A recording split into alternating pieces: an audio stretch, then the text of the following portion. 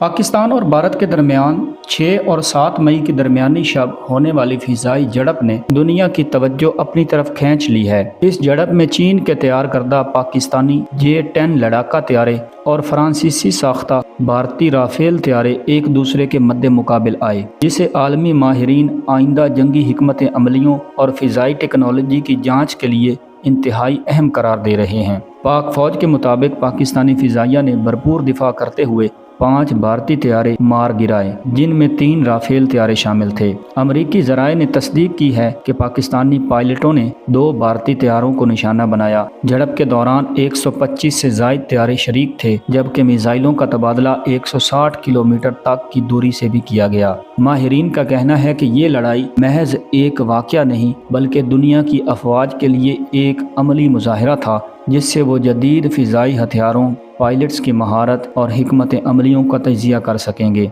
America, चीन और यूरोपीय ममालिक इस झड़प की मुकम्मल रिपोर्ट्स का तफसीली मुताला करेंगे ताकि अपनी फ़िज़ाई अफवाज को मुस्तकबिल की जंगों के लिए तैयार किया जा सके।